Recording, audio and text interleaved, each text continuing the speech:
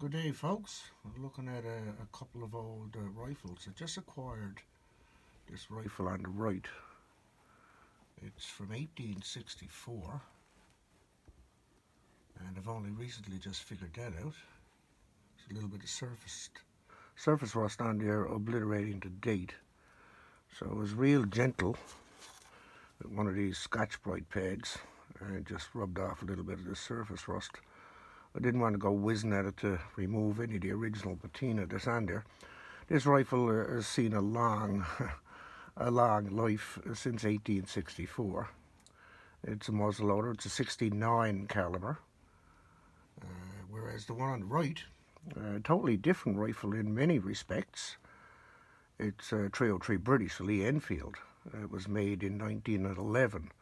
So even though they were made only 47 years apart, there's quite a vast difference between the two of them.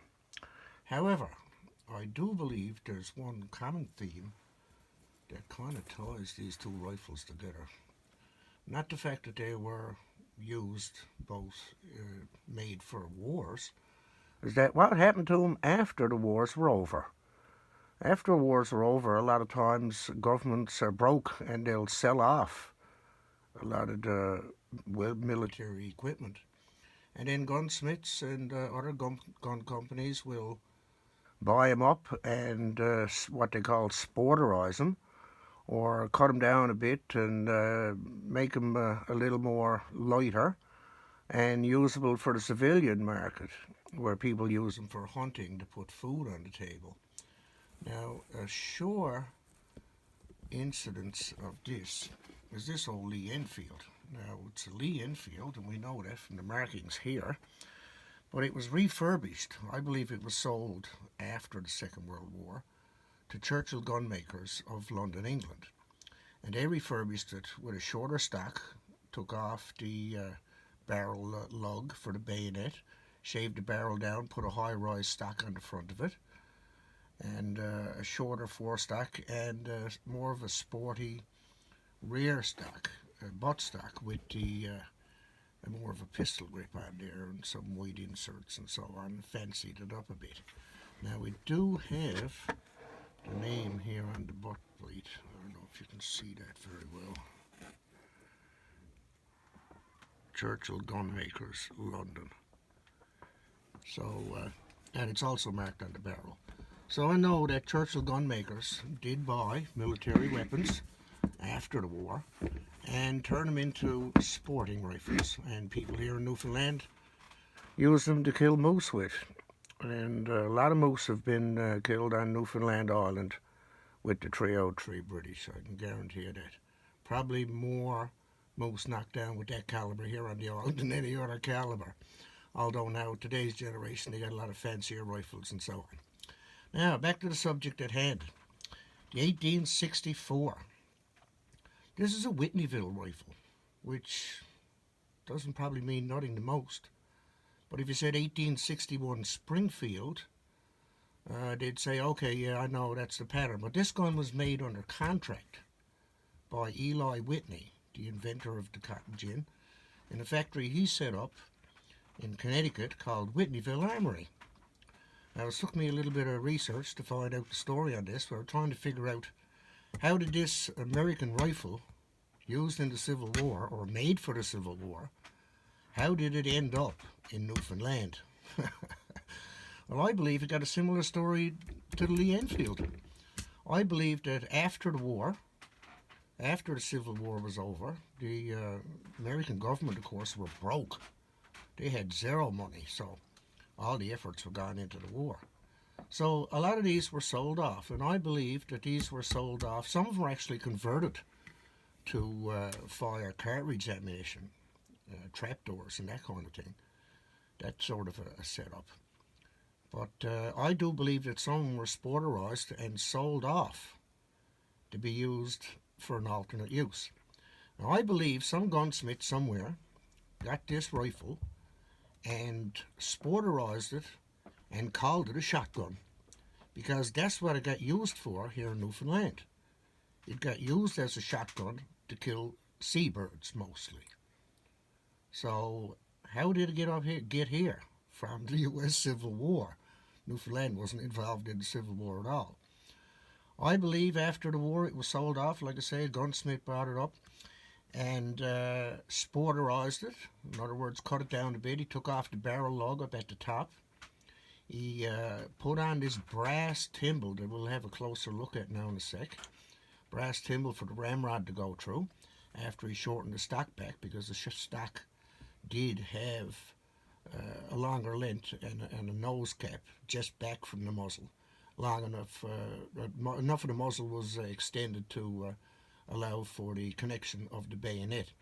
So they removed the bayonet lug like they did with the Lee Enfield, removed the bayonet lug, shortened up the stock a bit, and just give you the essentials what you need. You don't need everything that's there. So they'll cut it down, whittle it down, sporterize it, and turn it into a sporting arm for the civilian market.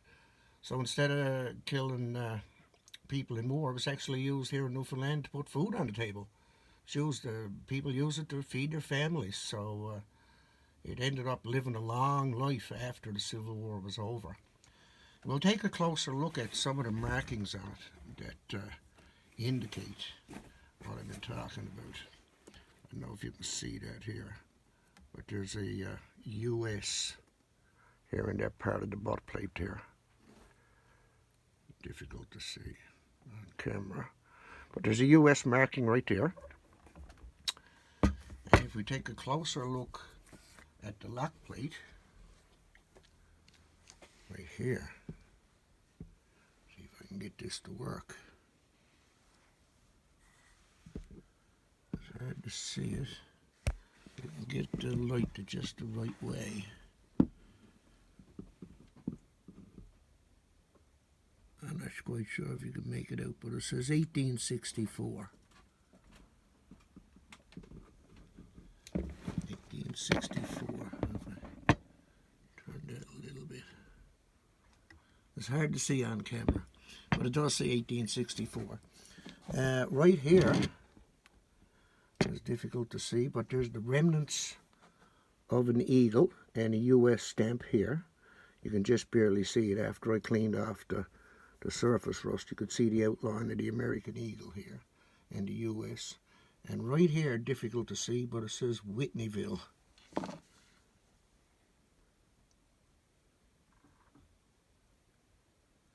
So that's how I knew that it came from the Whitneyville Armory. So then I did some research, found out it's a 69 caliber, got a 34-inch barrel, and I do believe it was sporterized. There's a piece missing out of it here. At one point in time, a little splinter of wood gone out, and whoever varnished it varnished over that. You can tell that there. Has the iron trigger guard. Back here, there used to be a place where a sling swivel was attached, and when that was removed, when the gun was sporterized, they put in a wood filler piece. Now, whoever did that did a pretty good job. It does a really nice fit. So I believe it's somebody that really knew what they were doing, you know. That's why I don't think it was just chopped off by just anybody. I do believe there was a gunsmith or a gun company involved in this back in the 1800s. And then some merchant probably bought a load of these to Newfoundland and sold them to the fishermen so they could kill seabirds to feed their families. Right here on the front, look, you'll see a brass thimble that the ramrod goes down through. That's not original to this gun. This gun had a nose cap here when it was when it was made originally, and the ramrod went down through that. So the nose cap, and then there also would have been a bayonet lug right here somewhere as well. Maybe right here. So the wood didn't go up all the way. There was a little bit of the muzzle left exposed.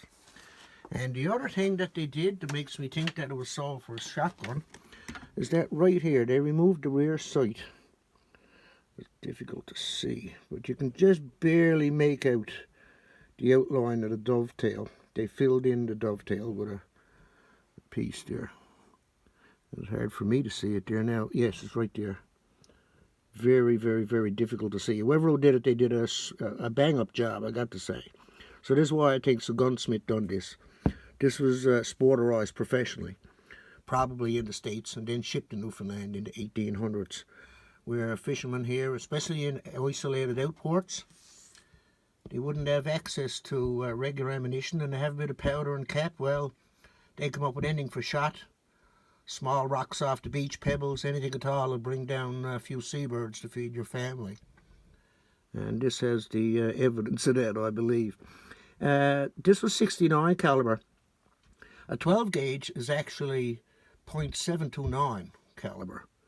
So to sell it off as a 12 gauge muzzleloader, probably not a long stretch for most. Most people look at the bore and say, yeah, looks like a 12 gauge. So it did receive extensive use in Newfoundland, as you can see. I've looked down the board. There doesn't appear to be much of the rifling left, so maybe it was bored. Who knows? Maybe it was bored to use specifically for a shotgun, but eventually it probably got, you know, to the point where it's just no rifling left from using it as a shotgun with all sorts of projectiles, you know. But it's an interesting old muzzleloader. It took me a little while to figure out exactly what it was.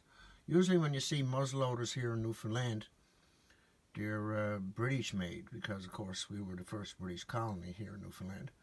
So most old muzzleloaders you'll find will have Tower marked on them here and a crown. They indicate, you know, they were proofed at the Tower of London and so on. So they came from the other side of the Atlantic. So it's very unusual that we see a Civil War rifle from the United States here in Newfoundland. But here it is, folks. It's a Whitneyville. Whitneyville Armory, 1864. Hard to say. I don't know, you might be able to see that date a bit better in this light. Yeah, here you go. That looks pretty good there. 1864. But it's actually an 1861 Springfield pattern that was once again now done under contract by Eli Whitney, the inventor of the cotton gin. A lot of history behind this gun, this old rifle, and it's seen a long, long life after the Civil War here in Newfoundland.